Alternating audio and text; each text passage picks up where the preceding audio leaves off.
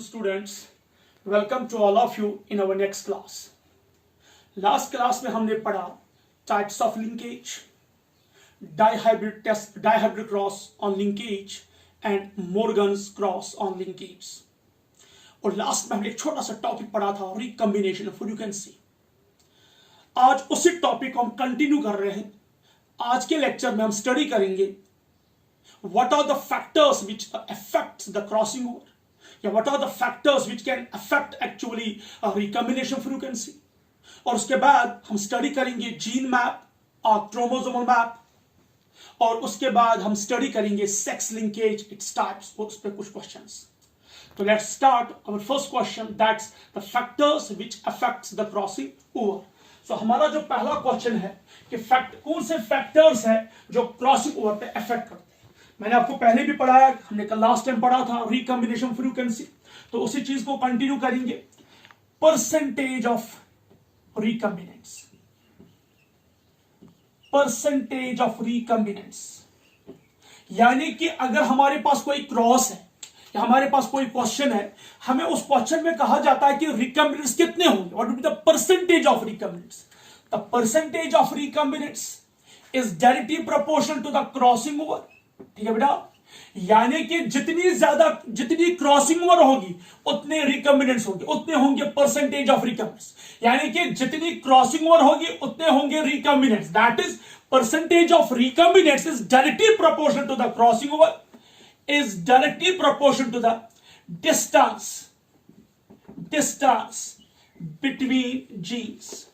यानी कि एक क्रोमोसोम पे जो जीन्स होते हैं उनके बीच में डिस्टेंस कितनी होगी, जितनी कम डिस्टेंस होगी उतने कम रिकम्बिनेंट्स, जितने ज्यादा डिस्टेंस होगी उतने ज्यादा रिकम्बिनेंट्स. यानी कि percentage of recombinants is directly proportional to the distance between the genes. मैंने यहां पे कहा percentage of recombinants directly proportional to crossing over, यानी कि जितना ज्यादा क्रॉसिंग ओवर होगा उतने ज्यादा परसेंटेज, यानी कि percentage of crossing over directly proportional to percentage of recombinants. Next, distance, जितनी ज्यादा डिस्टेंस होगी जीन्स की, एक क्रोमोसोम पे जितनी डिस्टेंस होगी दो जीन्स के बीच में उतनी ज्यादा चांस है उनमें crossing over. So crossing over is directly proportional to the distance between the genes, यानी कि दो जीन्स के बीच में कितनी डिस्टेंस होगी उसी से पता चलेगा कि उनमें क्रॉसिंग ओवर भी कितना होगा. अगर कम है distance, if the distance between the two genes is very very minimum, तो उनके बीच में क्रॉसिंग ओवर की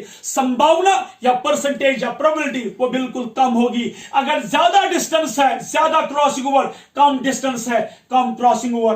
and also continue, is inversely proportional to the strength of linkage.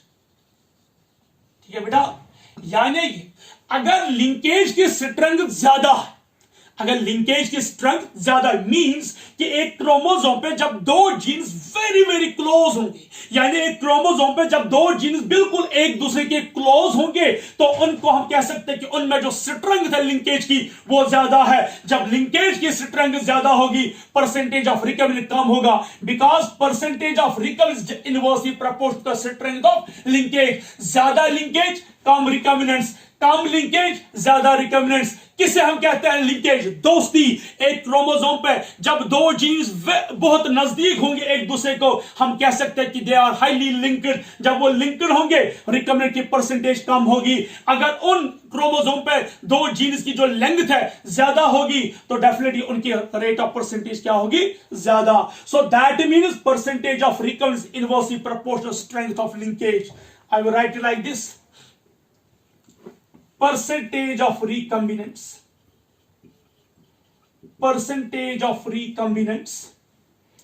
is directly proportional to the distance between genes.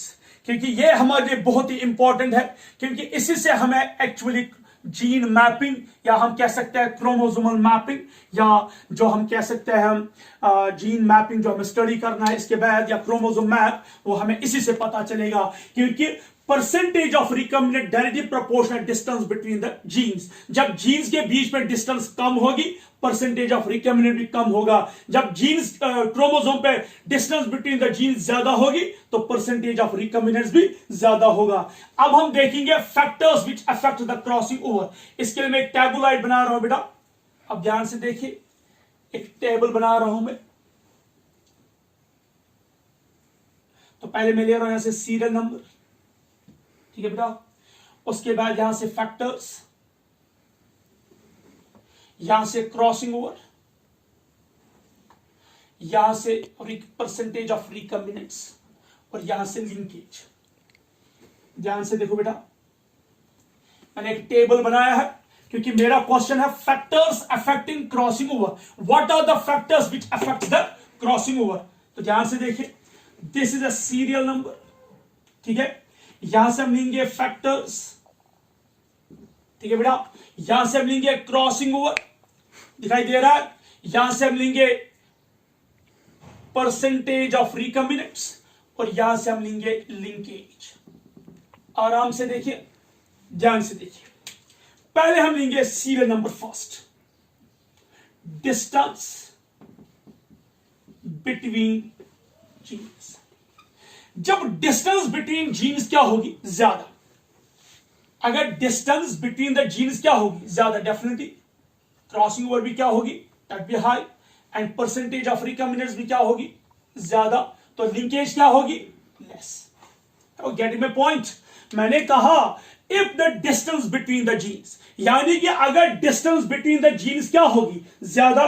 चलिए मैं यहां पे mention कर रहा हूं एरो से, ध्यान से देखिए। Here it means more. अगर डिस्टेंस बिटवीन द जीन्स ज्यादा है, क्रॉसिंग ओवर भी क्या होगी? ज्यादा। परसेंटेज ऑफ रिकम्बिनेंट भी क्या होंगे? ज्यादा। लिंकेज क्या होगी? कम। यहां से पता चलता है distance between the genes more, crossing over भी ज्यादा होगी, और रिकम्बिनेंट भी क्या होंगे? ज्यादा, लेकिन लिंकेज क्या होगी? कम।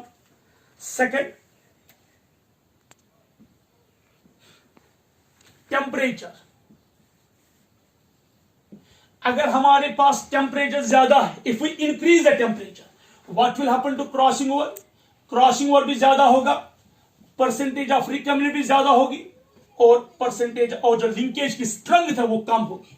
यानी कि if we increase the temperature, वक्त यानी कि टेम्परेचर के साथ अगर टेम्परेचर बढ़ जाएगा, व्हाट हैपेंस? क्रॉसिंग ओवर जो है वो ज्यादा होगा, परसेंटेज ऑफ रिकम्बिनेंट वो भी ज्यादा होगा, और जो लिंकेज है वो कम होगी। थर्ड,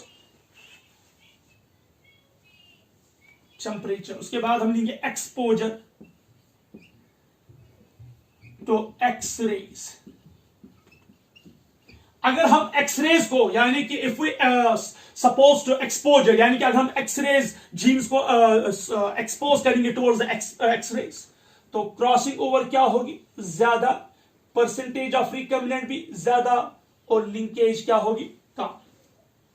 देन एज, वक्त के साथ, उम्र के साथ, एज के साथ, यानी कि अगर लेट मैरिज हो जाती है तो what happen? Chances of crossing over कम होते हैं। चांस ऑफ क्रॉसिंग ओवर क्या होता है? कम। तो चांस ऑफ परसेंटेज भी क्या होंगे? कम। तो लिंकेज क्या हो सकती है? ज्यादा। यानी कि if it's a late marriage, it's a late age, अगर हम वक्त के साथ लेट मैरिज में देखेंगे तो वहां पे क्रॉसिंग ओवर के चांसेस जो है डिक्रीज हो जाते हैं, परसेंटेज ऑफ रिकम्बिनेंट भी डिक्रीज हो जाता है, और लिंकेज के जो चांस है वो ज्यादा है। Now depending upon the sex, यहां पे सेक्स दो है, एक है मेल और दूसरा क्या है? फीमेल। सेक्स मीन्स यानी कि मेल और फीमेल। देखिए मेल्स में कंपेयर किया गया है, देखा गया है कि मेल के यानी कि मेल और फीमेल में, मेल में जो क्रॉसिंग ओवर वो कम होती है, और डेफिनेटली परसेंटेज ऑफ रिकम्बिनेंट भी क्या होगी? कम। तो उनमें चांस ऑफ लिंकेज क्या होते हैं? ज्यादा। फीमेल में जो क्रॉसिंग ओवर की प्रोबेबिलिटी है वो ज्यादा होती है, और परसेंटेज ऑफ रिकम्बिनेंट भी क्या होंगे? ज्यादा, और लिंकेज जो है वो कम है। यहां हमने दो सेक्स को कंपेयर किया, मेल और फीमेल। तो मैं फिर रिपीट कर रहा हूं, अब topic is actually factors affecting crossing over. उसके लिए मैंने आपको पहले दिखाया कि एक फॉर्मूला है, इस फॉर्मूला को हमें याद रखना है, क्योंकि इसी से हम निकाल सकते हैं जीन मैप या क्रोमोसोमल मैप। तो हमारे पास एक क्वेश्चन है, परसेंटेज, हमारे पास एक फॉर्मूला है, परसेंटेज ऑफ रिकॉम्बिनेंट जो है डायरेक्टली प्रोपोर्शनल है crossing over, directly proportional the distance between the genes, inversely proportional the strength of linkage. यानी कि जितना ज्यादा लिंकेज होगी उतने कम चांस है रिकॉम्बिनेंट्स के, एंड वाइस वर्सा। जितने ज्यादा क्रॉसिंग ओवर उतना ज्यादा रिकॉम्बिनेंट्स, जितना कम क्रॉसिंग ओवर उतने कम रिकॉम्बिनेंट्स, जितनी ज्यादा डिस्टेंस बिटवीन द जीन्स उतनी ज्यादा क्रॉसिंग ओवर, उतने ज्यादा रिकॉम्बिनेंट्स, जितनी कम डिस्टेंस बिटवीन द जीन्स उतना कम क्रॉसिंग ओवर, उतने कम रिकॉम्बिनेंट्स। वही हमने यहां पे लिखा, percentage of recombinant is directly proportional distance between the genes. यानी कि अगर जीन्स की डिस्टेंस ज्यादा है तो क्रॉसिंग ओवर भी ज्यादा होगी और परसेंटेज ऑफ रिकॉम्बिनेंट वो भी क्या होंगे, ज्यादा, एंड वाइस वर्सा। तो हमने एक टेबुलॉइड बनाया है, इस टेबुलॉइड में मैंने लिए 5 फैक्टर्स। पहले लिया मैंने डिस्टेंस बिटवीन द जीन्स, यानी कि अगर डिस्टेंस बिटवीन द जीन्स ज्यादा होगी, क्रॉसिंग ओवर भी ज्यादा होगी, परसेंटेज ऑफ रिकॉम्बिनेंट भी ज्यादा होगा और चांस ऑफ लिंकेज जो है वो कम होगी। इसी तरह अगर टेम्परेचर ज्यादा होगा तो क्रॉसिंग ओवर भी ज्यादा होगी, परसेंटेज ऑफ रिकॉम्बिनेंट भी ज्यादा होगा और लिंकेज भी कम होगी। डेफिनेटली क्यों? क्योंकि जो डिस्टेंस है जीन्स की वो कम होगी तो डेफिनेटली लिंकेज ज्यादा होगी, डिस्टेंस बिटवीन जीन्स ज्यादा होगी तो लिंकेज भी जो है वो कम होगी। Exposure, if we expose the genes to the X rays, यानी कि अगर हम जीन्स को क्या डालते हैं, एक्सरेज डालते हैं, तो व्हाट हैपन, उनमें चांस ऑफ क्रॉसिंग ओवर ज्यादा होते हैं, परसेंटेज ऑफ रिकॉम्बिनेंट भी ज्यादा है तो उनमें चांस ऑफ लिंकेज कम है। एज के साथ, वक्त के साथ क्रॉसिंग ओवर डिक्रीज हो जाती है, परसेंटेज ऑफ रिकॉम्बिनेंट डिक्रीज होते हैं और जीन्स की जो लिंकेज है, लिंक्ड जीन्स जो है, जीन्स जो चाहते हैं कि वो लिंकेज में लिंक्ड रहे, वो ज्यादा रहती है। सेक्स में मेल को देखें, मेल्स में क्रॉसिंग ओवर कम होती है, परसेंटेज ऑफ रिकॉम्बिनेंट कम है और लिंकेज ज्यादा है। फीमेल में क्रॉसिंग ओवर ज्यादा है, परसेंटेज ऑफ रिकॉम्बिनेंट भी ज्यादा है और लिंकेज भी जो है ये क्या है, ज्यादा। तो यहां एक चीज जो आपको दिमाग में रखनी है, जो बहुत ही इंपॉर्टेंट है, आप अंडरस्टैंड कीजिए, very important point, please and please, this is very important. टेबुलॉइड निकाल, मैं यहां पे लिखूंगा बेटा। अगर आपको याद होगा पिछले क्लास में हमने आपको दिखाया था कि टाइप्स ऑफ लिंकेज जो है, it's very important, types of linkage में हमने स्टडी किया, टाइप्स ऑफ लिंकेज में वहां हमने 3 चीजें पढ़ी थी। अगर आपको याद होगा जब मैं पढ़ा रहा था टाइप्स ऑफ लिंकेज तो 3 चीजें हमने पढ़ी। पहले हमने पढ़ा वहां पे law of independent assortment, if you remember, law of independent assortment, ठीक है बेटा, it's very important. Law of independent assortment हमने क्या बोला, पढ़ा कि जो पी होता है पेरेंटल कॉम्बिनेशन वो 50% होती है और जो रिकॉम्बिनेंट्स है वो भी 50%, ठीक है बेटा।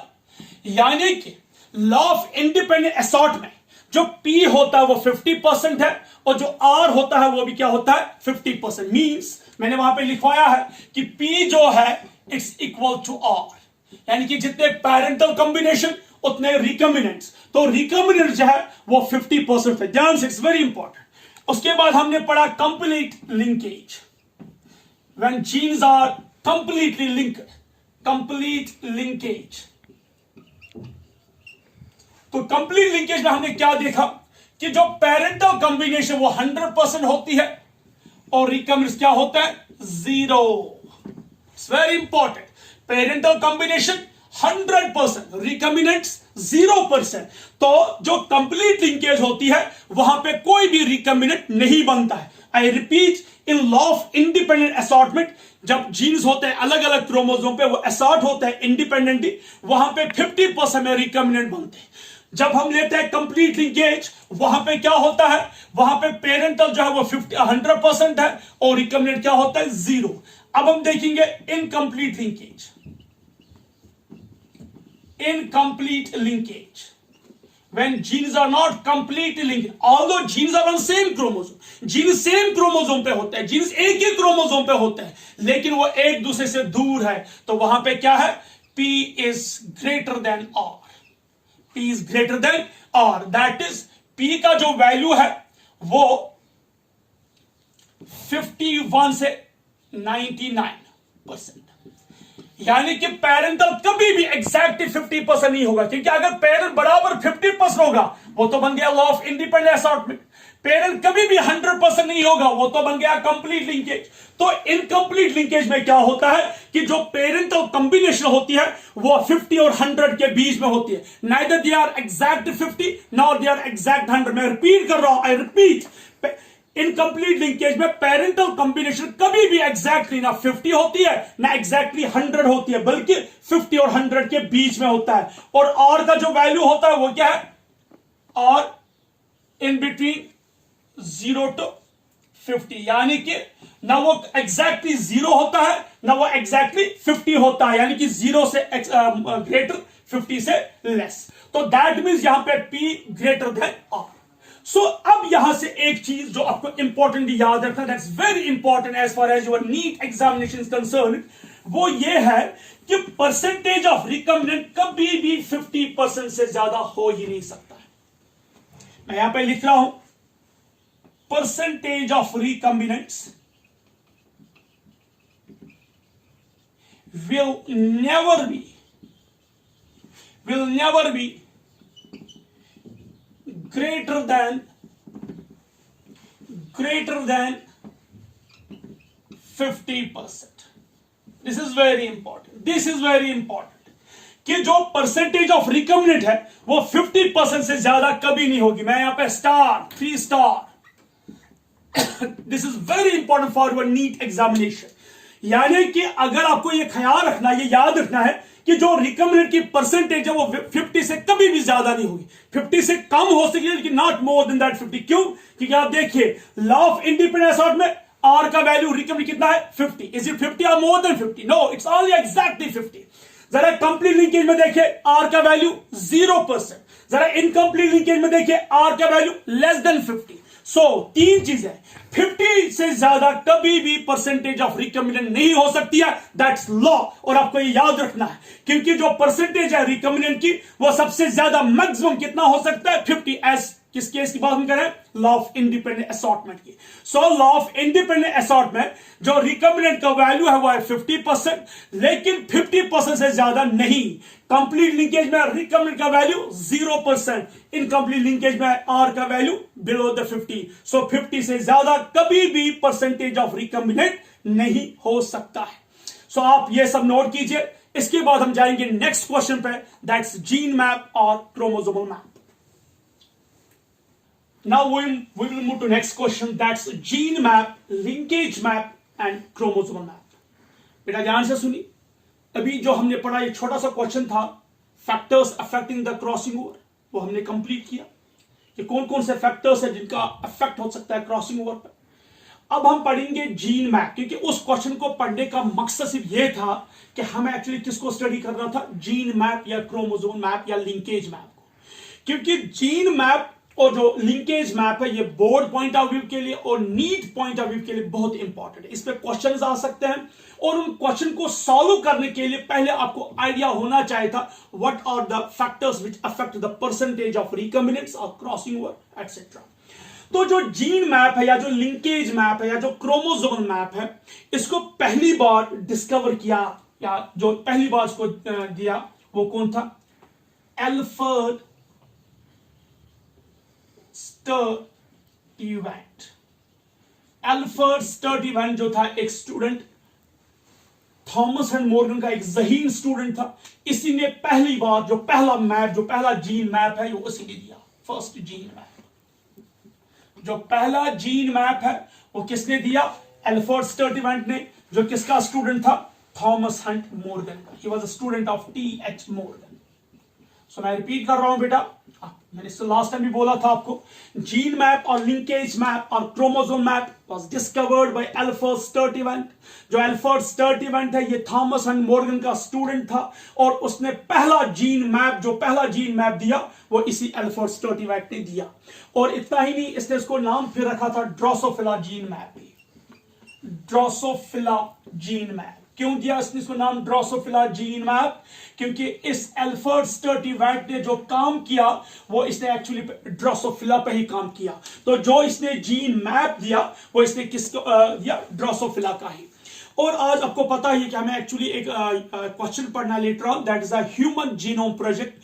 ह्यूमन जीनोम प्रोजेक्ट जो है उससे हमें आज ये पूरा पता चलता है कि जो ह्यूमंस के 46 क्रोमोसोम, किस क्रोमोसोम पे कौन सा जीन है और उसकी सीक्वेंस क्या है, कितने जीन्स है, कौन सा जीन पहले, उसके बाद कौन सा जीन, उस जीन की सीक्वेंस क्या है, ये सब कुछ जो है ये आज हमें पता है। लेकिन उसकी जो बुनियाद, जो बेस है वो है जीन मैप या लिंकेज मैप।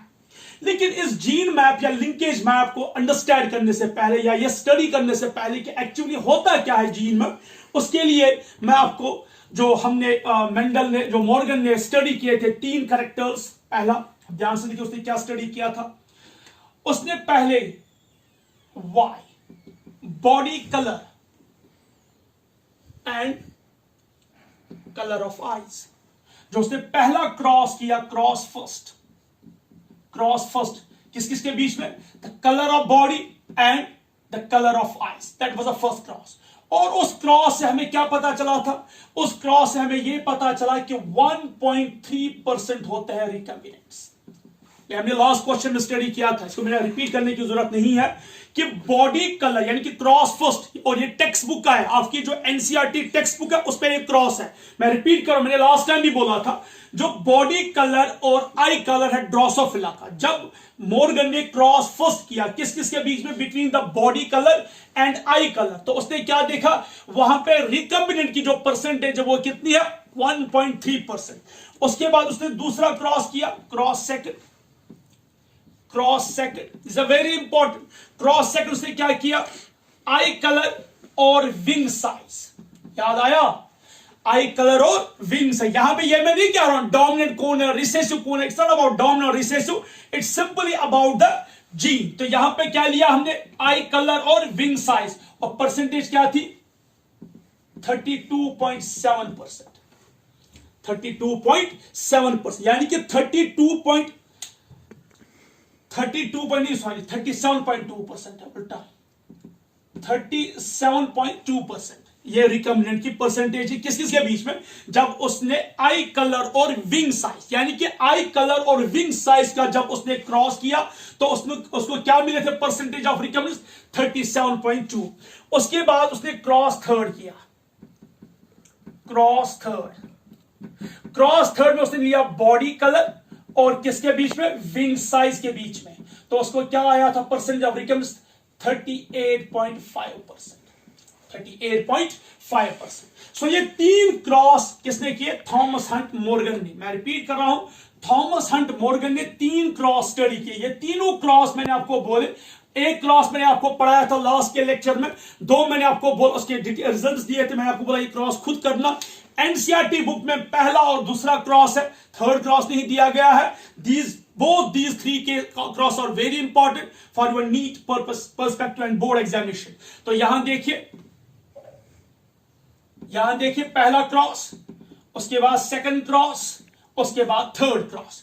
क्रॉस फर्स्ट में हमने क्या देखा, बॉडी कलर और size of colour I, body colour and I colour के बीच में जब क्रॉस किया गया तो मॉर्गन को 1.3% आए रिकॉम्बिनेंट्स। क्रॉस सेकंड उसने किया, आई कलर और विंग साइज के बीच में 37.2% आए रिकॉम्बिनेंट्स। क्रॉस थर्ड किया, बॉडी कलर और विंग साइज के बीच में, तो 38.5% रिकॉम्बिनेंट्स आए। चूंकि ये तीनों जो हमारे पास जीन्स है, चाहे बॉडी कलर, आई कलर और विंग साइज, ये जो तीनों जीन्स है ये एक्चुअली कहां पाए जाते हैं, they are present on X chromosome. So I will show it here. Suppose this is an X chromosome, ये एक्स क्रोमोसोम है, this is an X chromosome, this is an X chromosome. ये हमने already पढ़ा है कि ये जो तीनों जीन्स हैं, gene Y, gene W and gene M, ये किस क्रोमोसोम पे पाए जाते हैं, एक्स क्रोमोसोम में। मैं रिपीट कर रहा हूं, जो बॉडी कलर, आई कलर और विंग साइज के 3 जीन्स है ये किस पे है, एक्स क्रोमोसोम पे। नाउ अब हमें देखना है कि ये किस जगह, अगर ये एक्स क्रोमोसोम पे है तो किस तरीके से। अब ध्यान से देखिए, सपोज यहां देखिए the highest distance between body colour and wing size कितना है, 38.5%।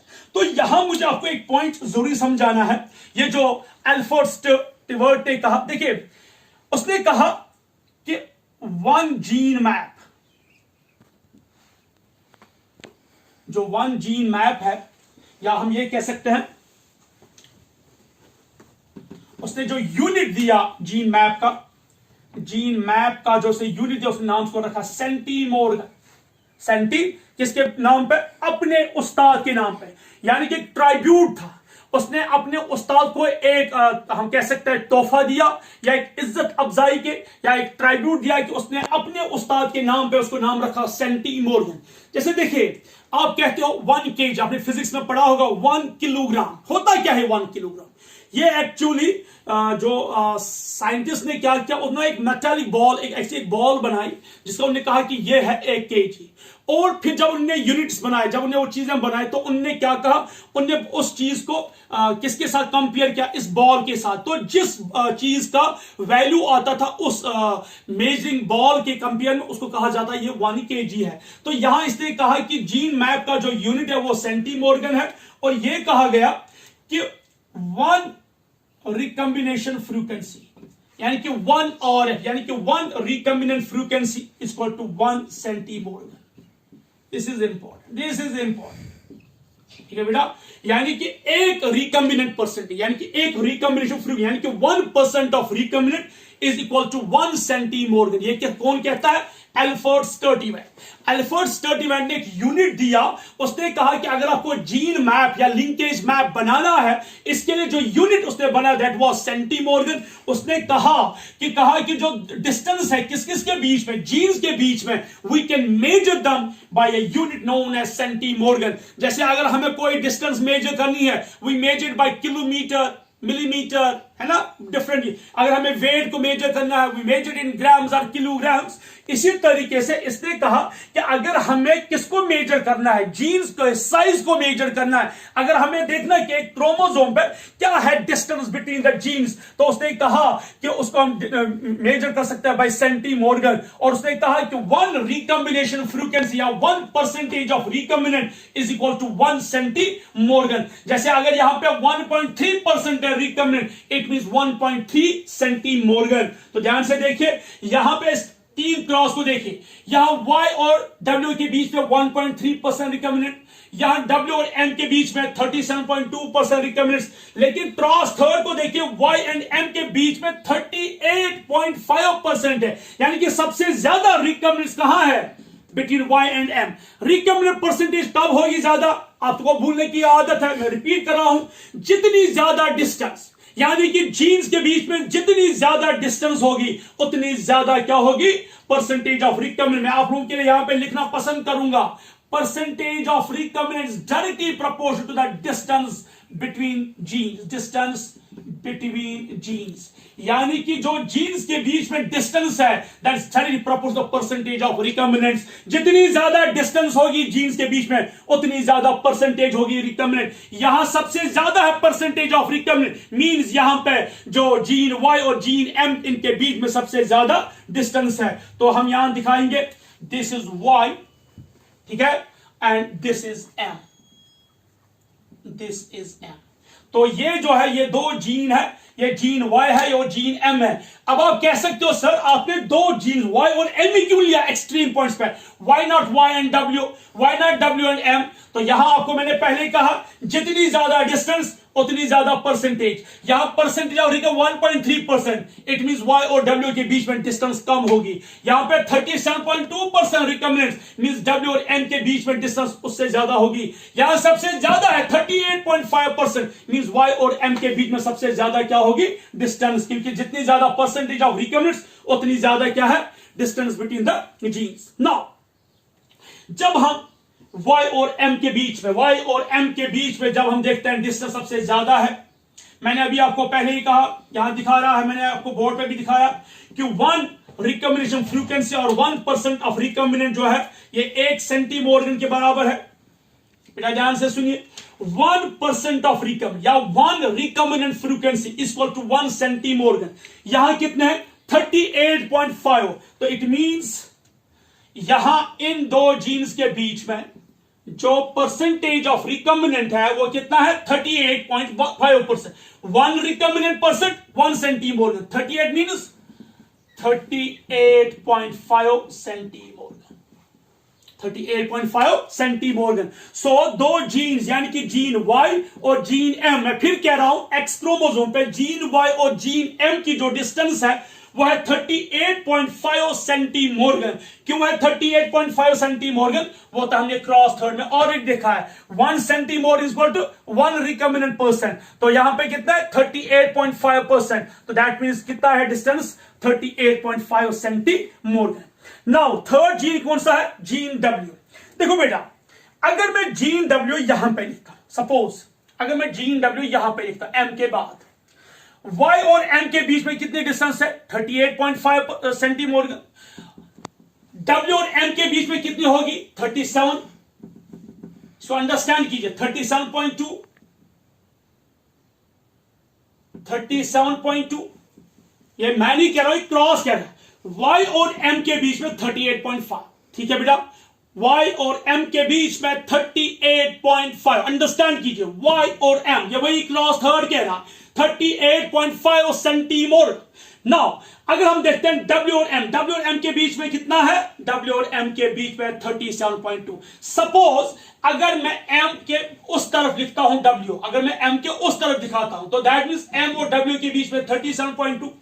जरा आप टोटल डिस्टेंस देखिए Y और W के बीच में, Y और W के बीच में कितना आएगी, एक तो 38.5 प्लस 37.2, ये कितना आएगा, ये आएगा मोर देन 50। यहां Y से लेके M तक कितना है 38.5, M से लेके W तक कितना है 37.2। Now from Y to W कितनी डिस्टेंस आएगी, मोर देन 50%। ये लगभग 70, ये आएगी 75.7 सेंटीमोर्गन। तो मैंने आपको पहले ही कहा है परसेंटेज ऑफ रिकम्बिनेंट हमेशा 50% से ज्यादा नहीं होता है, क्योंकि मैंने अभी कहा परसेंटेज ऑफ रिकम्बिनेंट जो सबसे ज्यादा है, मैक्सिमम है, वो कितना हो सकता है 50 हो सकता है। क्यों? क्योंकि लॉ ऑफ इंडिपेंडेंट असॉर्ट में क्या है, और का वैल्यू 50, कंप्लीट लिंकेज में 0, इनकम्प्लीट लिंकेज में बिलो 50%। तो यहां अगर मैंने W M के बियॉन्ड रखा है तो इनके बीच में जो लेंथ आएगी, Y और W के बीच में जो लेंथ आएगी वो 50 से ज्यादा होगी, लेकिन यहां पे Y और W के बीच में 1.3 है, तो ये पॉसिबल नहीं है। इसलिए जो W है ये इसी Y और M के बीच में कहीं आना चाहिए। सो दैट मीन्स यहां देखें Y और W के बीच में क्या है परसेंटेज ऑफ रिकम्बिनेंट्स 1.3, दैट मींस ये यहां पे कहीं होना चाहिए, यहां होना चाहिए W, ठीक है। तो हम कह सकते हैं Y और W के बीच में क्या है 1.3 सेंटीमोर्गन। और जरा आप ध्यान से देखिए W और M के बीच में,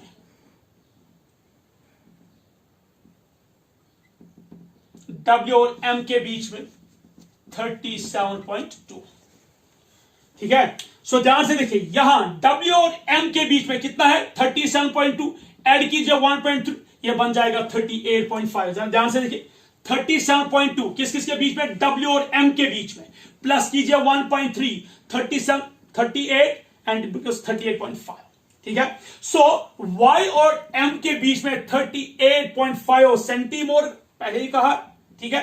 तो उसके बाद W कहां होना चाहिए, ये Y और M के बीच में आना चाहिए। नाउ क्वेश्चन इज क्या ये इस साइड होना चाहिए या इस साइड। ध्यान से देखिए अगर मैं W को यहां रखता, please this is very important, अगर मैं W को यहां रखता तो आप ध्यान से देखिए Y और W के बीच में डिस्टेंस क्या है 1.3%, यानी कि 1.3 सेंटीमीटर लेस है, और W और M के बीच में ज्यादा है 37.2, इसलिए यहां पॉसिबल नहीं है W कहां पॉसिबल है, W यहां पे पॉसिबल है। इससे क्या होगा, इससे यह है कि M और W के बीच में जो डिस्टेंस है वो बन जाएगी 37.2 और W और Y के बीच में बन जाएगी 1.3 सेंटीमोर्गन। इस तरीके से हमें ये सीक्वेंस बन गई, डिस्टेंस बन गई किस चीज की, जीन्स की, कि किस जीन की कितनी डिस्टेंस है, Y और M के बीच में कितनी डिस्टेंस है, Y और W के बीच में कितनी डिस्टेंस है, और M और W के बीच में कितनी डिस्टेंस है। एक और चीज हमें इससे पता चला, that's a sequence of genes. आप ध्यान से देखिए sequence of genes, sequence of genes. देखिए आप एक्स क्रोमोसोम को ध्यान से देखिए, सबसे पहला जीन कौन सा है? वाई, उसके बाद कौन सा है? डब्ल्यू, उसके बाद कौन सा है? एम। यानी कि वाई और डब्ल्यू के बीच में उतनी ज्यादा फर्क नहीं है, उतना ज्यादा डिस्टेंस नहीं है। वाई और डब्ल्यू, ध्यान से देखिए बेटा, वाई और डब्ल्यू के बीच में ज्यादा डिस्टेंस नहीं है, डब्ल्यू और एम के बीच में ज्यादा डिस्टेंस है। तो इससे हमें सीक्वेंस ऑफ जीन्स भी पता चलता है। जब अल्फोर्ड स्टर्डिवेंट ने ये क्रॉस दिखाया, ये मैपिंग दिखाई, तो उसने कहा कि जो जीन मैप है ये एक्चुअली हमें कहता है, बोलता है हमें किसके बारे में? ये हमें कहता है सीक्वेंस ऑफ जीन्स के बारे में। ये हमें कहता है कि एक क्रोमोसोम पे जो जीन्स होते हैं वो लीनियर फैशन में होते हैं। ध्यान से देखिए, लीनियर, पहले है डब्ल्यू, उसके बाद है पहले है वाई, उसके बाद डब्ल्यू, उसके बाद एम। ऐसा नहीं कि वाई यहां है, एम यहां है, डब्ल्यू यहां है, इट्स नॉट लाइक दैट, बिल्कुल लीनियर फैशन में। तो जीन मैप या लिंकेज मैप हमें किस चीज के बारे में कहता है? ये कहता है कि how the genes are present on a chromosome, what is the geographical presentation of genes on a chromosome. यानी कि किस तरीके से graphical representation, not a geography, में गलत बोल गया, ग्राफिकल रिप्रेजेंटेशन ऑफ जीन। देखिए इससे आपको पता चलता है कि एक्स क्रोमोसोम पे जो ये 3 जीन है, इन 3 जीन्स किस तरह है, क्या ये लीनियर है या नॉन लीनियर? ये तो लीनियर फैशन में है, पहला पॉइंट। और ये जो जीन्स है इनमें डिस्टेंस कितनी है ये भी हमें पता चलता है। इससे हमें इस जीन मैप से ये भी पता चलता है कौन से जीन्स नजदीक है, कौन से जीन्स दूर है, किन जीन्स के बीच में क्रॉसिंग ओवर पॉसिबल है, किन जीन्स के बीच में क्रॉसिंग ओवर पॉसिबल नहीं है। अकॉर्डिंगली हमें यह पता चलता है। तो जीन मैप और लिंकेज मैप हमें कहता है कि the graphical representation of the genes which are present on a chromosome in linear fashion and the distance between the genes. एक तो हमें वो क्या कहता है, मैं यहां पर लिखूंगा, जीन मैप हमें कहता है, फर्स्ट ऑफ ऑल क्या कहता है हमें? ग्राफिकल रिप्रेजेंटेशन ऑफ जीन्स, यानी कि किस तरीके से जीन्स जो है वो प्रेजेंट होता है किस पे? क्रोमोसोम पे। ये पहले, उसके बारे में। Second, distance between the genes, यानी कि कितनी डिस्टेंस है जीन्स के बीच में, what would be the distance, ये तो हमें पता चलता है। And third, sequence of genes, sequence of genes, यानी कि जीन की सीक्वेंस क्या है। तो एक तो हमें को जीन मैप से हमें पता चलता है what is the graphical representation of genes, यानी कि जो जीन्स है ये किस तरीके से प्रेजेंट है, इनकी डायग्रामेटिक प्रेजेंटेशन। जैसे देखिए हमारे पास ही मैप होता है, हम गूगल मैप देखते हैं, हमें कहीं जाना होता है, सपोज हम यहां से गए दिल्ली या कहीं किसी और जगह, सपोज हम तमिलनाडु गए, चिदम्बरम गए, तो तमिलनाडु में जाने के बाद हमें देखना, कोई इलाका ढूंढना है, कोई शॉप ढूंढना है, कोई पर्टिकुलर कोई चीज ढूंढना है, तो हम गूगल मैप का हम कह सकते हैं हम हेल्प लेते हैं। तो गूगल मैप में जब हम देखते हैं तो एक मार्क होता है, एक लाइन होती है कि हमें किस लाइन से चलना है। तो हमें वो कहता है आप क्या स्ट्रेट रोड पे है कि आप गलत रोड पे, क्योंकि जो मैप है वो स्ट्रेट हमें मेंशन करता है। यहां इस क्रोमोसोम पे हमें पता चला कि what is the representation of gene, यानी कि जीन किस तरह। देखिए सपोज पहले है वाई, उसके बाद है एम, डब्ल्यू वाई और एम के बीच में है, लेकिन W is more close to Y than M. No doubt Y और एम के बीच में है डब्ल्यू, लेकिन उस डब्ल्यू की एग्जैक्ट लोकेशन जो है, एग्जैक्ट पोजीशन जो है वाई के नजदीक है एज कंपेयर टू एम। क्यों? क्योंकि वाई और डब्ल्यू के बीच में जो परसेंटेज ऑफ रिकॉम्बिनेशन है वो कम है, 1.3% है। और अल्फोर्ड स्टर्डिवेंट ने कहा कि 1% ऑफ रिकॉम्बिनेशन 1 सेंटीमोर्गन। वो अगर वाई और डब्ल्यू के बीच में सिर्फ 1.3% रिकॉम्बिनेट है, मींस वहां पे 1.3 सेंटीमोर्गन है, वो वाई और डब्ल्यू नजदीक है। लेकिन डब्ल्यू और एम के बीच में 37.2 जो है क्या है रिकॉम्बिनेशन, यानी कि परसेंटेज ऑफ रिकॉम्बिनेशन कितना है डब्ल्यू और एम के बीच में? 37.2। इट मींस कि वहां का जो डिस्टेंस है वो है 37.2 सेंटीमोर्गन, और वाई और एम के बीच में 38.5 सेंटीमोर्गन। और हमें पता चला कि किस जीन के बीच में कितनी डिस्टेंस है और उन जीन्स का सीक्वेंस क्या है, वो भी हमें पता चला कि पहले वाई है, उसके नजदीक में डब्ल्यू, लेकिन उससे दूर क्या है एम। यानी कि अगर आप मैप सर्च कर रहे हो गूगल मैप में, आपको कहीं जाना है, जब आप जा रहे हो, सपोज आप निकल रहे हो श्रीनगर से, अब आपको जाना है जम्मू, तो आपको पहले ही पता है श्रीनगर से निकलते वक्त हमें पहले जम्मू आ जाएगा, जम्मू से निकलते वक्त कुछ और अलग। आपको डिस्टेंस के हिसाब से पता चलेगा किन स्टेट्स या किन सिटीज या किन टाउन्स के बीच में कितनी डिस्टेंस है अकॉर्डिंग आपको पता चलेगा। जितने नजदीक होंगे दो हम कह सकते हैं दो डेस्टिनेशन, उतनी कम उसके बीच में डिस्टेंस होगी। जब आपको पता चलेगा कि दो डेस्टिनेशन के बीच में या जिस डेस्टिनेशन के पास आपको जाना है वहां डिस्टेंस बहुत कम है, तो आपको लगता है कि we are very close to each other. अगर डिस्टेंस ज्यादा है आपको खुद पता चलता है कि उस डिस्टेंस तक पहुंचने के लिए हमें क्या करना होगा। सो सेम हैपेंस हियर, यहां इस क्रोमोसोम में पता चलता है कि वो जीन की सीक्वेंस क्या है, उनके बीच में जो डिस्टेंस है वो क्या है, और उनकी जो प्रेजेंटेशन ग्राफिकल प्रेजेंटेशन वो कैसी है। इससे हमें पता चल सकता है कि जीन का ऑर्डर सीक्वेंस एक्सेट्रा क्या है। This was all about the gene map और लिंकेज मैप और क्रोमोसोम मैप। आप ये नोट कीजिए। अब मैं इस पर एक दो क्वेश्चंस कर सकते हैं।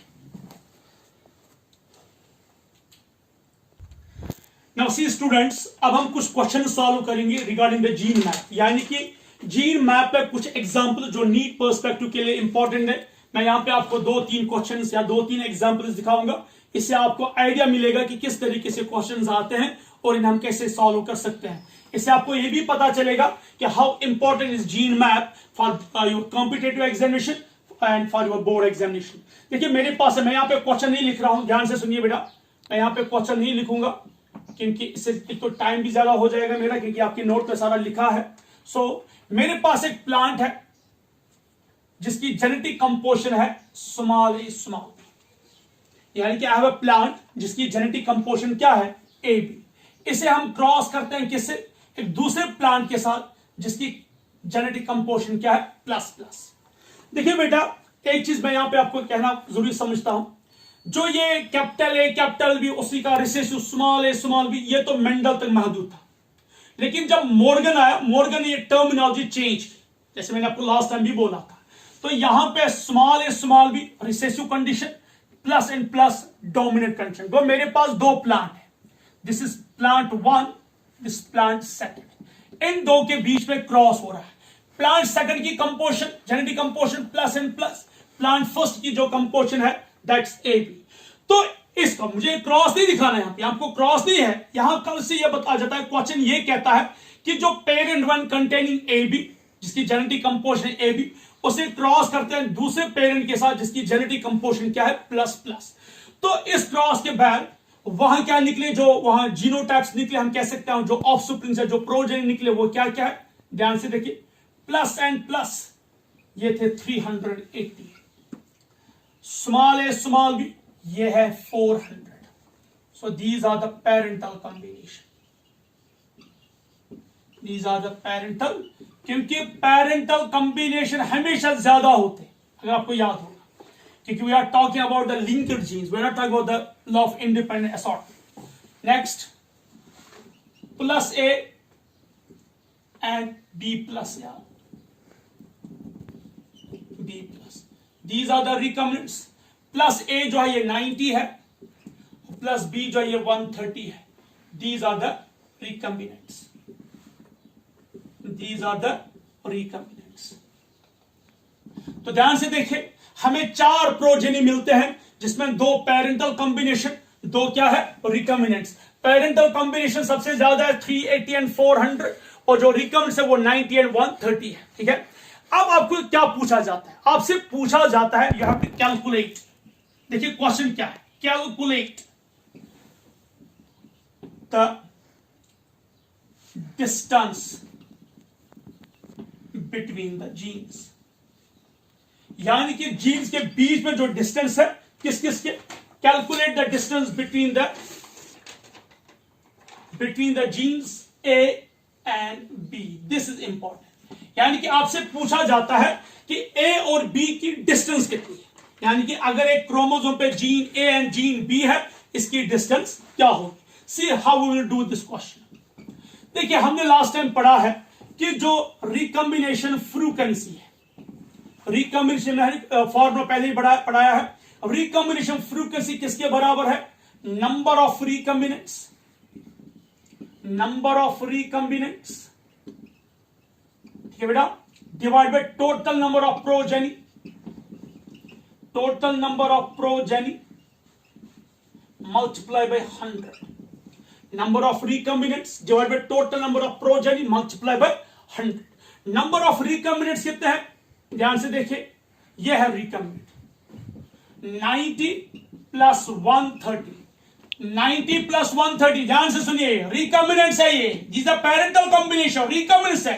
90 plus 130 total number of progeny, यानी कि जिसमें 380 plus 400 plus 90 plus 130 multiply by 100। Continue कीजिए, 90 प्लस 130 कितना आएगा? 220। ये सब मिला के 100 के 7 शीत 7 आ गई 900 9 के 12, यह आएगा 1000 multiply by 100। Multiply by, simple है, फॉर्मूला मैथमेटिकल है, इतना ज्यादा नहीं है। सो क्या निकला यहां पे?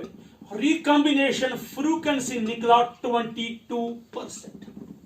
रिकॉम्बिनेशन फ्रीक्वेंसी कितना निकला? 22%। हमें क्या निकालना है? Distance between the gene. तो हम लिख सकते हैं ऐसे, distance between genes A and B. मैंने आपको पहले ही कहा है, वन रिकॉम्बिनेशन फ्रीक्वेंसी हम लिखेंगे यहां पे 22 सेंटीमोर्गन। क्यों लिखूंगा बेटा? क्योंकि मैंने आपको पहले ही कहा, because one recombination frequency is equal to 1 centimorgan. ठीक है, एक रिकॉम्बिनेशन फ्रीक्वेंसी किसके बराबर होती है? 1 सेंटीमोर्गन। यहां कितने रिकॉम्बिनेशन फ्रीक्वेंसी? 20। तो कितनी डिस्टेंस बन गई? 22 सेंटीमोर्गन। यानी कि ए और बी के बीच में जो डिस्टेंस है वो कितनी आ जाएगी? 22 सेंटीमोर्गन। ये पहला क्वेश्चन है। Now will shift to next question. मेरे पास क्वेश्चन नंबर 2।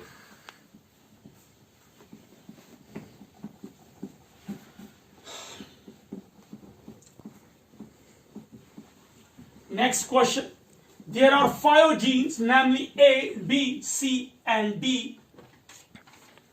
देखिए मेरे पास 5 जीन्स है।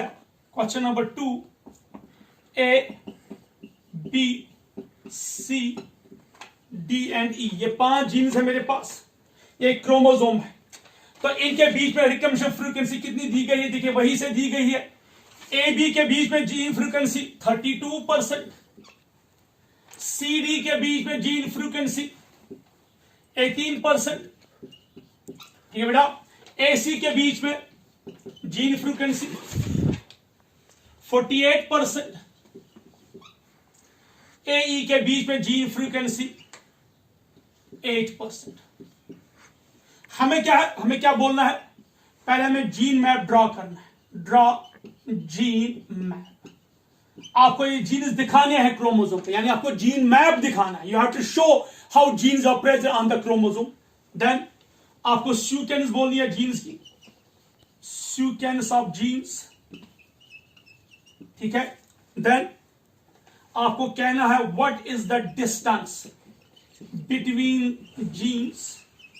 आपको जीन्स किसकी? जीन्स की ए डी बी सी और बी ई। ठीक है बेटा। मैं फिर रिपीट कर रहा हूं ये क्वेश्चन। मेरे पास 5 जीन्स है, gene A, gene B, gene C, gene D, gene E. 5 genes, there are 5 genes, A B C D E. इन 5 जीन्स में दिखाया गया है कि what is the recombination frequency. A और बी का 32%, सी और डी का है 18%, ए और सी का है 48%, ए और ई का है 8%। ठीक है। अब आपसे क्या पूछा जाता है? आपसे पूछा जाता है कि इन जीन्स का जीन मैप दिखाना है पहले। ठीक है। तो जरा हम देखेंगे पहले जीन मैप। इसके लिए मैं एक क्रोमोसोम दिखाता हूं। सपोज यह है मेरे पास एक क्रोमोसोम। ठीक है। This is the centromere. यह है मेरे पास एक क्रोमोसोम। देखिए सबसे पहले देखिए, ए बी कितना है? 32% और ए सी कितना है? 48%। यानी कि सबसे ज्यादा फ्रीक्वेंसी कहां है? एसी के बीच में। मैंने आपको पहले ही कहा रिकॉम्बिनेशन फ्रीक्वेंसी जो है that is equal to centimorgan. 1 recombination frequency 1 centimorgan. यहां एसी के बीच में रिकॉम्बिनेशन फ्रीक्वेंसी कितनी है? 48%। तो रिकॉम्बिनेशन यानी कि डिस्टेंस कितनी होगी? So I will write here it's A and it's C. यानी कि सबसे ज्यादा जो एक्सट्रीम है वो क्या क्या है? ए और सी, क्योंकि इनके बीच में रिकॉम्बिनेशन फ्रीक्वेंसी कितना है? 48%। तो इनकी जो डिस्टेंस है वो कितनी होगी? So I will mention it here 48 centimorgan. 48 centimorgan. ठीक है बेटा। अब उसके बाद we have to show, next उसके बाद क्या है, बी, हमें बी को दिखाना है। ए और बी के बीच में 32% है। इससे पहले भी मैंने बोला, मैं फिर यहां पे रिपीट कर रहा हूं। अगर हम बी को कहां दिखाएंगे, सपोज अगर हम बी को यहां दिखा रहे हैं, सपोज अगर हम बी को यहां दिखाएंगे, फॉर एग्जांपल ए और बी सी के बीच में कितना है 48, ए और सी के बीच में कितना है 32, तो यह पॉसिबल ही नहीं है। यानी कि सी के बाद बियॉन्ड बी हो ही नहीं सकता, क्योंकि ए और सी की डिस्टेंस सबसे ज्यादा है। ए और बी की डिस्टेंस क्या होनी चाहिए, सी से कम। सो यहां पे पॉसिबल है ही नहीं, तो दैट मीन्स वो यहां ही कहीं पॉसिबल है, यहां पे बी है पॉसिबल। सो ए और बी के बीच में जो डिस्टेंस है वो कितनी है बेटा, 32 सेंटीमीटर। ठीक है, ये ए और बी आ गया। उसके बाद हमें देखना है डी को, कि डी कहां पे होना चाहिए। सो आई विल शो यू। पहले आप ध्यान से देखिए, व्हाट इज, ध्यान से देखिए डी कहां पे होना, क्या डी बी के इस साइड होना चाहिए कि इस साइड होना चाहिए। This is the question, you have to memorise.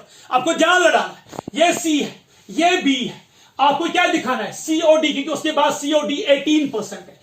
आपको अब दिखाना है कि डी कहां पे हो सकता है, क्या ए और बी के बीच में डी होगा या सी और बी के बीच में। इसके लिए ध्यान से देखिए, what is the total length A और सी। देखिए मैं यहां पे लिखूंगा बेटा, टोटल लेंथ ए और सी का जो टोटल वो है 48, ए और सी वो है 48, ए और बी कितना है टोटल 32। हमें किसको क्या निकालना है, बी और सी। तो वो कैसे निकलेगा, 48 माइनस 32 वो आ जाएगा 60। अब ध्यान से देखिए, टोटल ए और सी कितना है 48, यानी कि ए से लेके सी तक टोटल लेंथ कितनी है 48, ए से लेके बी तक टोटल लेंथ कितनी है 32, यानी कि बी से लेके सी तक जो टोटल लेंथ आ जाएगी वो होगी, यहां देखिए बी और सी के बीच में 16 सेंटीमीटर। 32 प्लस 16 कम्स 48, यानी कि 32 प्लस 16 इज इक्वल टू 48। लेकिन यहां पे सी और डी की लेंथ कितनी है 18, बी और सी की लेंथ है 16। गो दैट मीन्स जो डी है वो बी के बियॉन्ड होना चाहिए, वो बी के आगे नहीं होना चाहिए। तो यहां पे कहां होना चाहिए D, so D will come like here, यहां पे आना चाहिए डी। फिर मैं इस नीचे लिखता हूं, यहां पे आना चाहिए डी। नाउ ये आ गया डी। अब जरा ध्यान से देखिए, हम पहले देखेंगे कि ए और बी के बीच में कितनी लेंथ है 32, बी और सी के बीच में कितनी है, सॉरी सी और डी के बीच में।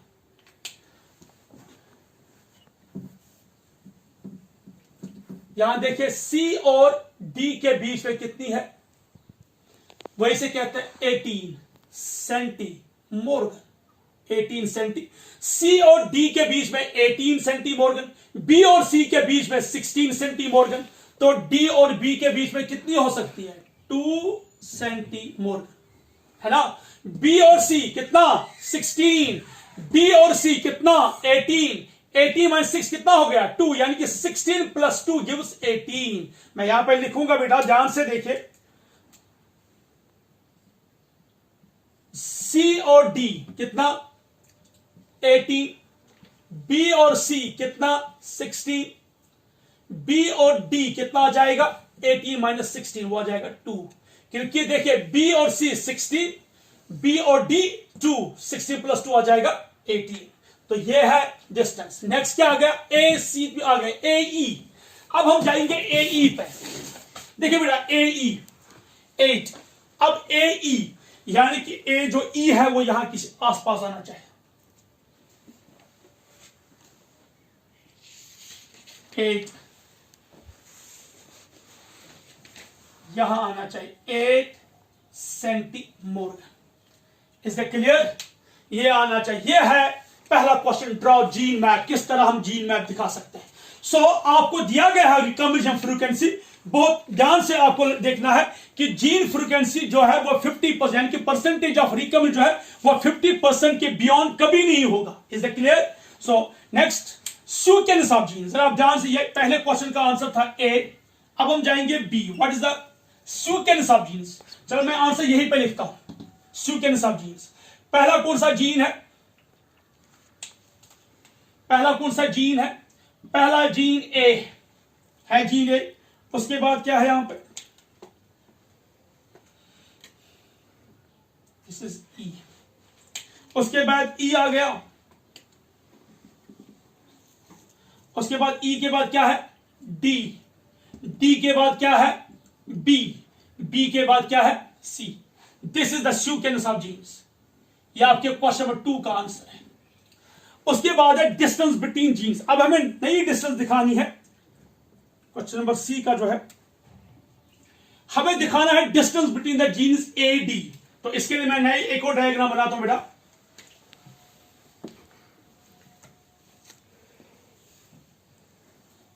यह है, ध्यान से देखिए, ये देखिए, हमें पहले ए और डी का डिस्टेंस देखना है, ए और D. I will show you. ये इसी से हमें निकालना है। यहां है ए और यहां है डी। तो आपको कहना है कि ए और डी की डिस्टेंस कितनी होगी। हियर इट्स ई। आपको दिखाना है ए और डी की डिस्टेंस कितनी होगी। ए और ई की डिस्टेंस तो यहां पता ही है, 8 सेंटीमोर्गन है। अब आपको कहना है ई और डी की डिस्टेंस कितनी हो सकती है, ई और डी। ध्यान से देखिए, ए और बी की जो डिस्टेंस है, हम ध्यान से देखिए, यहां पे बी है, यहां पे बी है। ए और बी की जो डिस्टेंस है, आई शो इट हियर, ये पहले हमने निकाला है, ध्यान से देखिए, यह 32 सेंटीमोर्गन। ए और बी की जो डिस्टेंस है वो कितनी है, 32 सेंटीमोर्गन। तो यहां ये कितनी है, डी और बी की डिस्टेंस कितनी है, 2 सेंटीमीटर। यानी कि ए से लेके बी तक कितना है टोटल, 32। लेकिन डी और बी की लेंथ कितने टोटल, 2 सेंटीमीटर। वो 32 minus 2 will give equal to 30 centimetre. So A D का जो वैल्यू आ जाएगा वो क्या आ जाएगा, 30। कैसे, क्योंकि ए से लेके बी तक जो टोटल डिस्टेंस है वो क्या है, 32 सेंटीमोर्गन।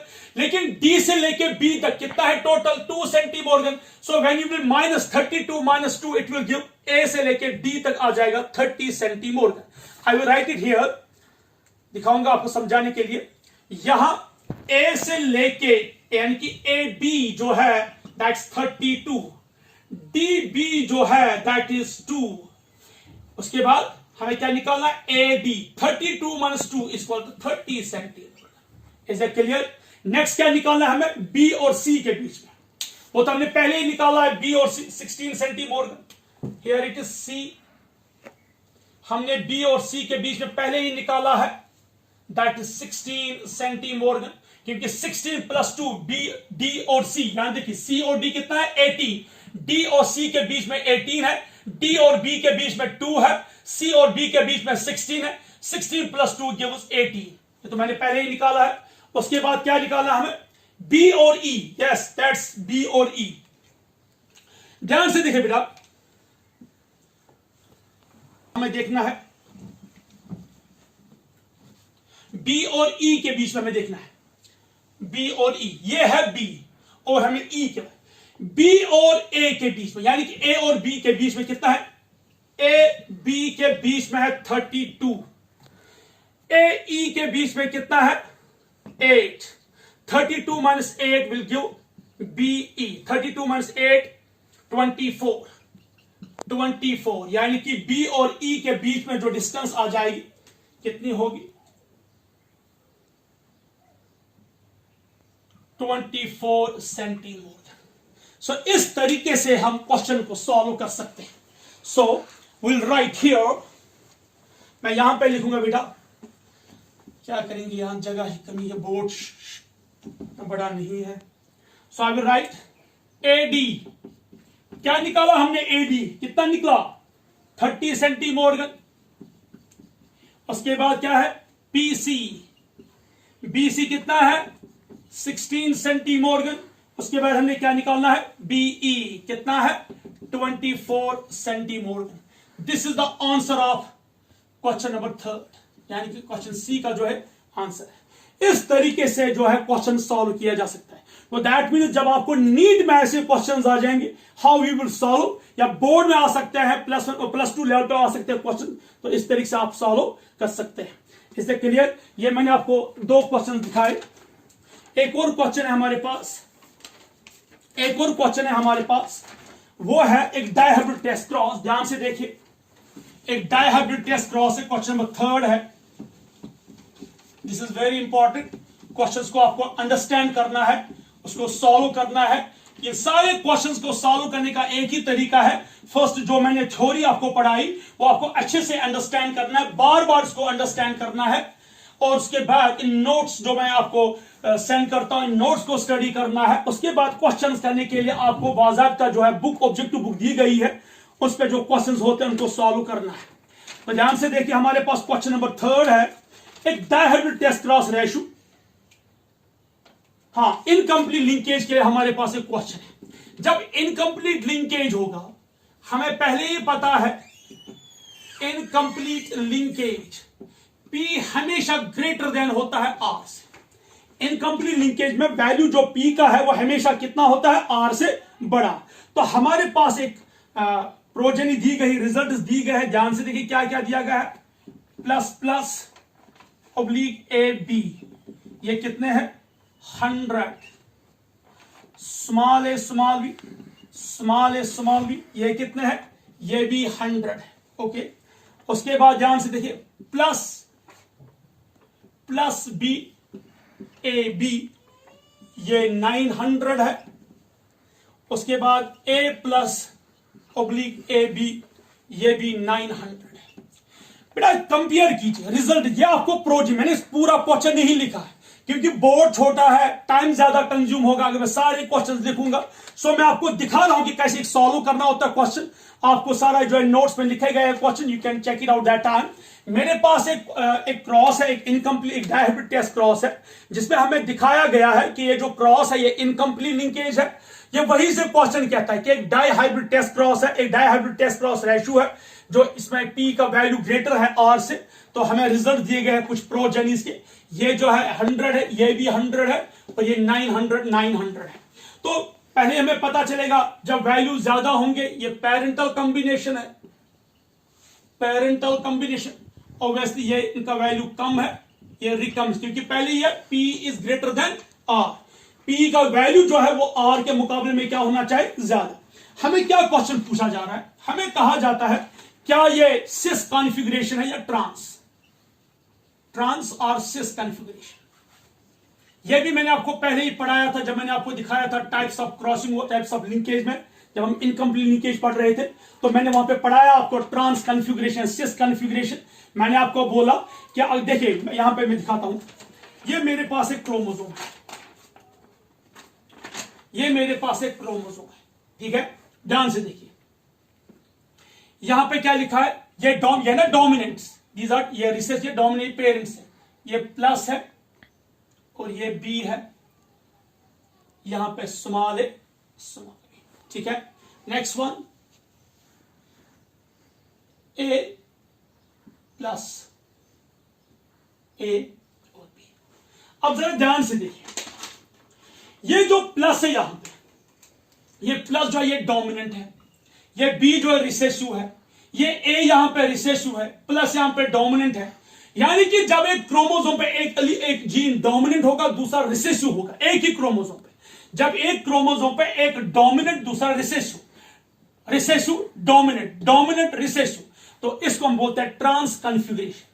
सो आपसे पहला क्वेश्चन कहा जाता है कि इस क्रॉस में, इस डायहाइब्रिड क्रॉस में आपको यह कहना है क्या ये ट्रांस कॉन्फ़िगरेशन है, ट्रांस कॉन्फ़िगरेशन है कि सिस कॉन्फ़िगरेशन। तो आपको पहले पता होना चाहिए कि ये ट्रांस कॉन्फ़िगरेशन है। कैसे पता चला ये ट्रांस कॉन्फ़िगरेशन है, ट्रांस कॉन्फ़िगरेशन कैसे पता चला ये ट्रांस कॉन्फ़िगरेशन है, क्योंकि एक क्रोमोसोम पे एक अलील डोमिनेंट, एक जीन डोमिनेंट, दूसरा क्या है रिसेसिव। जब एक क्रोमोसोम पे एक डोमिनेंट होगा और दूसरा रिसेसिव होगा, उसे हम कहते हैं ट्रांस। हां, अगर ऐसा होता है, सपोज यहां पे दिखाऊंगा, अगर यहां पे प्लस होता और यहां पे भी प्लस, यहां पे स्मॉल ए और स्मॉल बी, तो इसे हम कह सकते हैं सिस कॉन्फ़िगरेशन। सिस मींस जब दोनों डोमिनेंट एलील्स एक ही क्रोमोसोम पे होंगे, लेकिन यहां पे एक डोमिनेंट दूसरा रिसेसिव, सो इसे हम कहते हैं ट्रांस कॉन्फ़िगरेशन।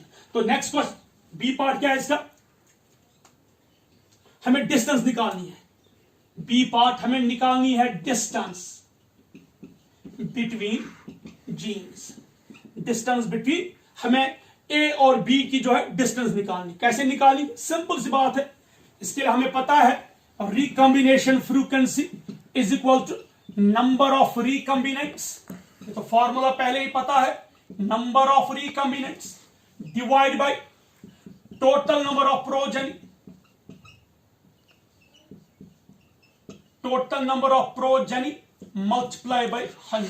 तो नंबर ऑफ रिकॉम्बिनेंट कितने हैं, शाबाश, रिकॉम्बिनेंट यहां लिखा गया है 100 plus 100, total number of progeny 900 plus 900 plus 100 plus 100 multiply by 100।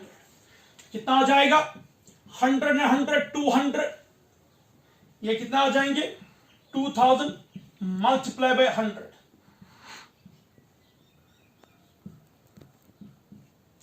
तो कितना वैल्यू आ जाएगा, यहां वैल्यू आ जाएगा इसका 10%।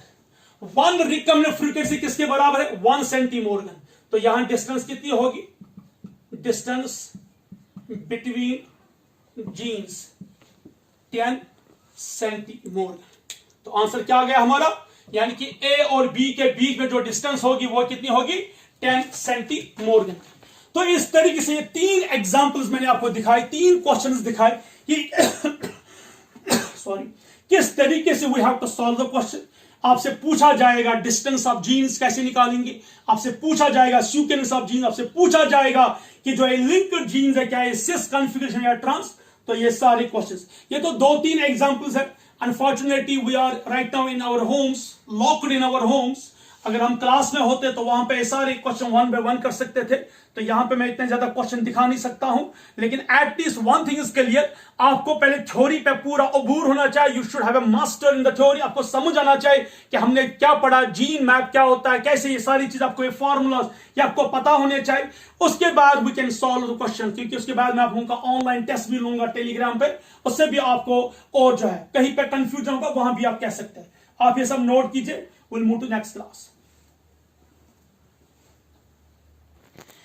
तो इस तरीके से हमने कंप्लीट किया आज के ये क्वेश्चंस। हमारा टॉपिक था जो आज हमने पढ़ा, what are the factors which affects the crossing over, जिसके लिए हमने एक फॉर्मूला स्टडी की कि हमने कहा कि जो परसेंटेज ऑफ रिकॉम्बिनेंट्स है वो directly proportional to the crossing over, directly proportional to the distance between the genes, inversely proportional to the length of या स्ट्रेंथ ऑफ ए लिंकेज। यानी कि जितनी ज्यादा डिस्टेंस होगी जीन्स के बीच में उतनी ज्यादा क्रॉसिंग ओवर, उतनी ज्यादा परसेंटेज।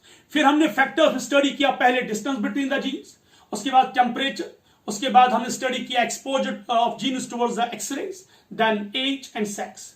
उसके बाद हमने ये पढ़ा, वहां पे ये पॉइंट जो आपको हमेशा याद रखना होगा कि परसेंटेज ऑफ रिकॉम्बिनेंट 50 से कभी ज्यादा नहीं हो सकता। इट्स नेवर 50 के या तो बराबर होगा 50 या 50 से नीचे, लेकिन 50 से बड़ा कभी भी नहीं होगा, वो हमें पहले ही पता है। उसके बाद हमने जीन मैप जो एल्फोर्ड स्कर्टिवैट ने दिया, हमने जीन मैप में दिखाया कि किस तरीके से जीन्स अलाइन होता है एक क्रोमोसोम पे, बिल्कुल एक लीनियर फैशन में, किस तरीके से जीन्स के बीच हम डिस्टेंस निकाल सकते हैं।